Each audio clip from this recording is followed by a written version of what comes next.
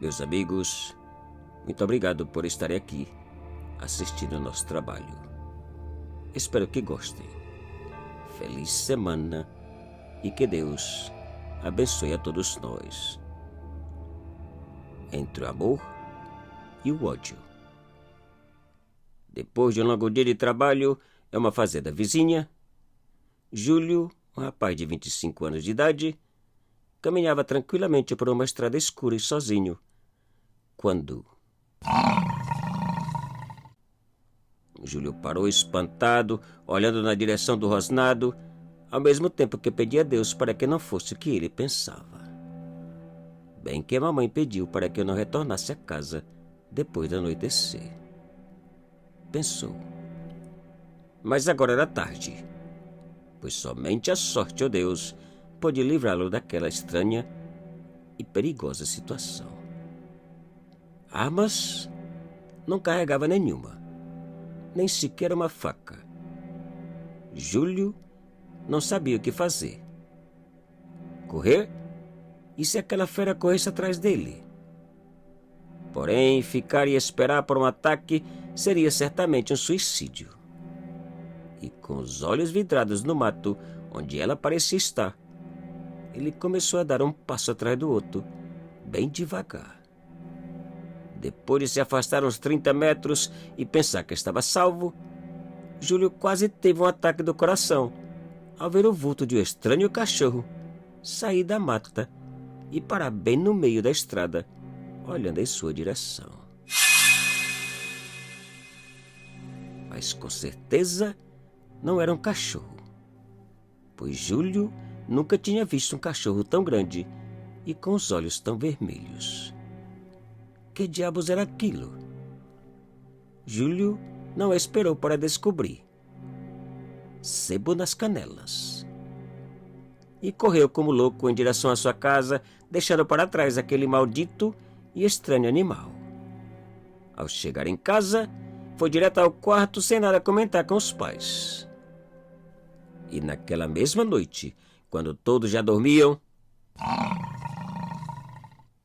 o estranho animal acabava de chegar ao quintal da casa. Enquanto o cachorro latia de dentro da sala e o papai agarrava uma bate-bucha, Júlio tentava ver o que era por um pequeno buraco na janela do seu quarto. Mas não via nada, só a escuridão medonha da noite.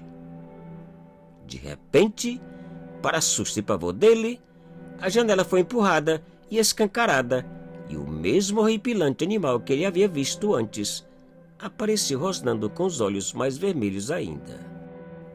Apavorado com a aparição do monstro, Júlio gritou desesperadamente pelo papai, que apareceu em segundos apontando e disparando a bate-bucha para a janela. E o animal desapareceu, uivando de uma maneira simplesmente aterradora. Maldito lobisomem! Resmungou o papai enraivecido. Depois do tiro, tudo se acalmou e a noite passou sem mais incidentes. Graças a Deus. E dias passaram. 2 semanas depois, Júlio se arrumou, selou o cavalo da família e saiu para uma grande festa de noivado do seu melhor amigo, o único filho de um rico fazendeiro vizinho. Ao chegar na fazenda, muita gente já se encontrava no terreiro sentados ao redor de mesas cheias de farturas. Júlio foi direto ao interior da casa para cumprimentar os noivos e agradecer pelo convite. A alegria dos familiares era enorme, pois com a união do casal, as 2 maiores fazendas da região se tornavam praticamente propriedades de uma só família. Mas o que mais chamou a atenção de Júlio foi a tipóia que o amigo usava. Segundo ele, enquanto limpava a espingarda, ela disparou acidentalmente, atingindo seu ombro de raspão. Exatamente 2 semanas atrás. Que coincidência, pensou Júlio, lembrando imediatamente do acontecido em sua casa e do tiro dado pelo papai. Mas como ele conhecia o amigo desde criança, a coincidência foi logo esquecida. festança durou toda a noite, regada por muita alegria, comida, bebida e forró. Depois daquela festa, as aparições e ataques do lobisomem aconteceram com mais frequência e maior violência em quase todas as fazendas da região.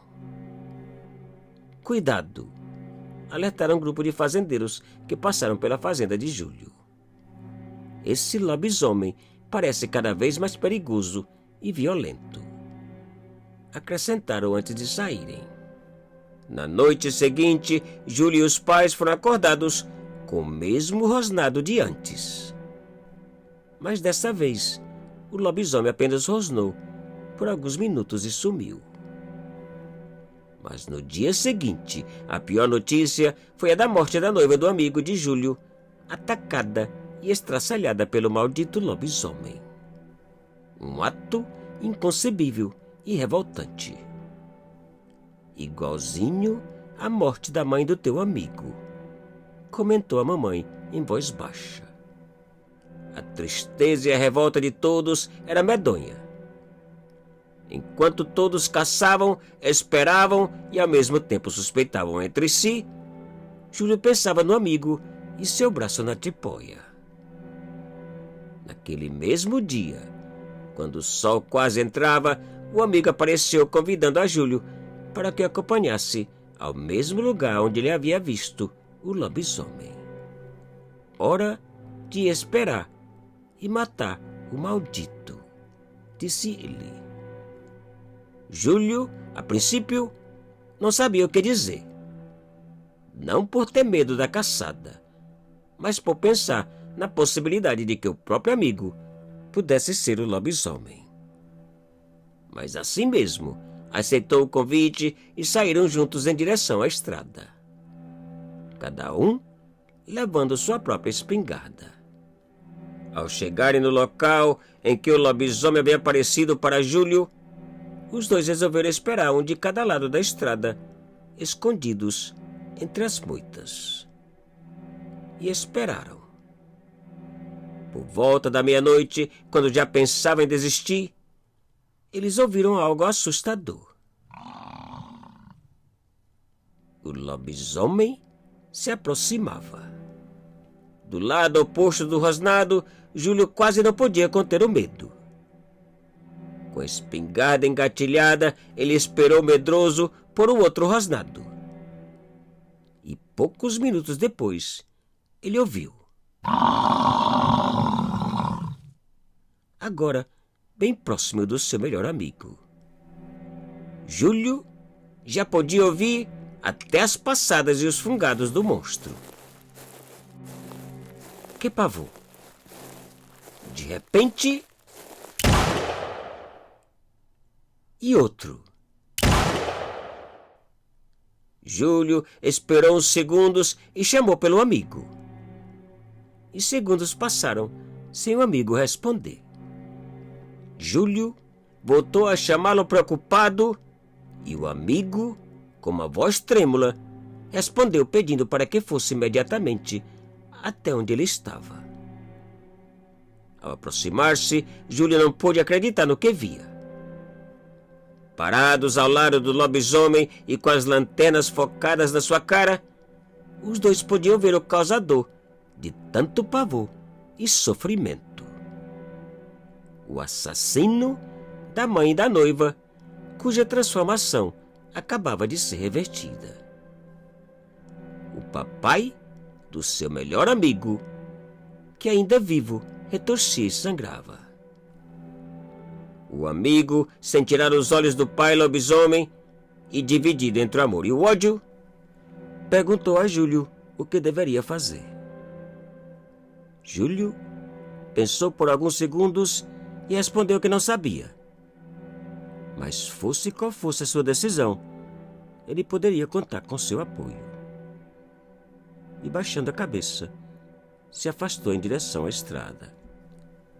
Minutos depois, Júlio pôde ouvir a triste e dolorosa decisão do seu melhor amigo.